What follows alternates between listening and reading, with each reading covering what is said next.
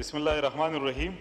जिस तरह डोगर साहब ने कहा कि हमने वहाँ पे जो खड़े होकर डिमांड की, तो हमने साथ ये रिक्वेस्ट भी की कि हम इंटीरियर पे भी बात करेंगे, इंटीरियर और ह्यूमन राइट्स पे भी बात करेंगे। तो उसने अलाउ किया कि ठीक है, आप उस पर कर लें।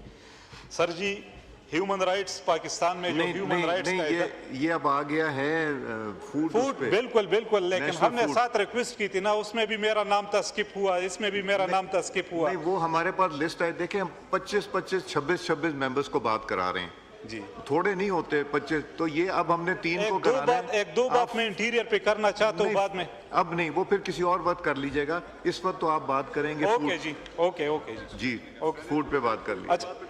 अच्छा सर जी, फूड सिक्योरिटी, पाकिस्तान एक एग्रीकल्चर कंट्री है, एक ज़री मुल्क है, लेकिन बदकिस्मती से जो हमें बचपन से हमें सिखाया जाता था किताबों में कि पाकिस्तान एक ज़री मुल्क है, लेकिन आज हम इस हालत में है कि पाकिस्तान ज़राअत में नीचे जा रहा है। हमारा जो मेन क्रॉप्स है वो माइनस में है, वो डिक्लाइन में है। गंदम 13% बिलो रेट माइनस में है। इसी तरह कॉटन जो हमारे मुल्क का सबसे बड़ा पैदावार थी वो भी माइनस में है।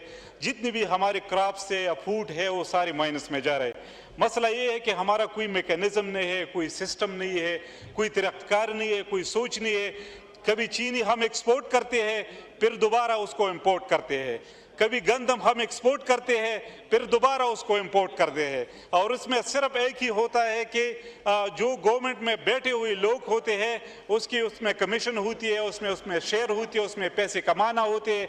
जिस तरह 300 अरब का एक गंदम में स्कैंडल आया था, वो 300 अरब पाकिस्तानी कौम के कहाँ गए, वो आज उस क्या पूछने वाला कोई नहीं है। इमरान खान को तो एक घड़ी पे अक्सर बात होती है, लेकिन आज पंजाब के जो सीएम है उसने 10 खरब हड़प कर कहा गए, उस पर कोई बात नहीं करता। 300 अरब गंदम में गपला हुआ, उस पर कोई बात नहीं करता। हमारे मुल्क में जो हमारे साथ हो रहा है, इस पीटीआई के साथ हो रहा है, इस पाकिस्तान के जमींदारों के साथ या किसानों के साथ हो रहा है, उसका कोई पुरसाने हाल नहीं है। जब हम गाँव जाते हैं, किसान के साथ बैठते हैं, तो किसान का यही फरियाद होता है कि प्यास पे जी अनवर ताज साहब।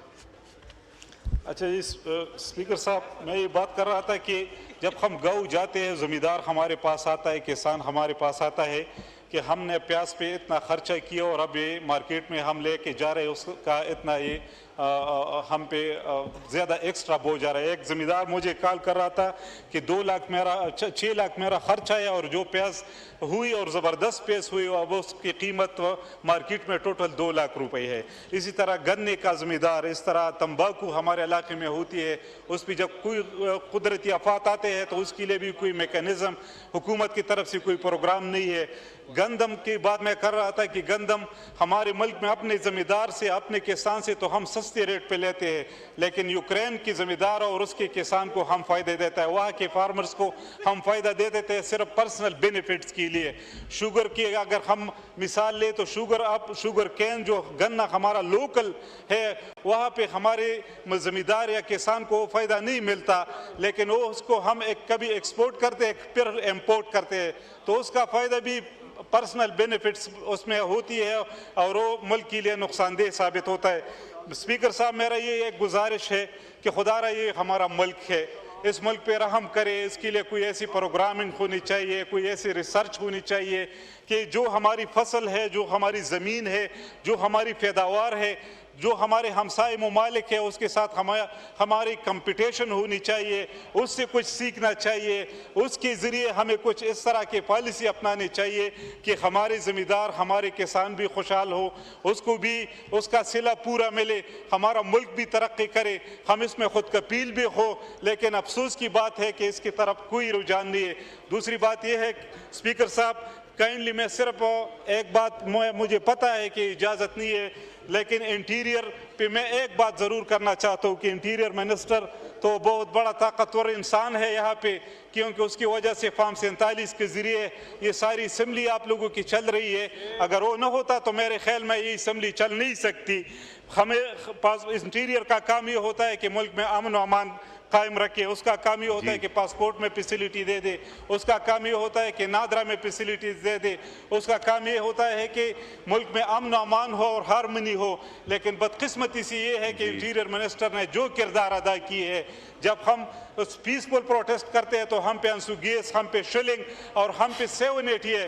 यहाँ पे जितनी भी अपोजिशन में MNA साहिबान बैठे हैं, तो जितनी भी अपोजिशन में MNA साहिबान बैठे हैं, तो ये सारों पे दहशतगर्दी के मुकदमे है।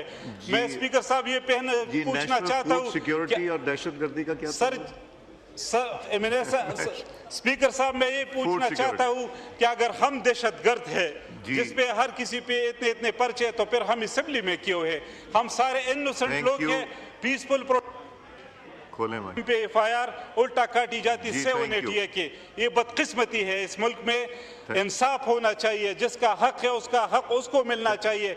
हक भी 47 की जरिए हमारी हुकूमत भी बैठी और हम पे दहशतगर्दी की पर्ची भी काटी गई। ये अफसोस है इस इंटीरियर मिनिस्ट्री पर, किसी को सहूलत नहीं दे सकते, लेकिन इस मुल्क में हमें जी थैंक यू।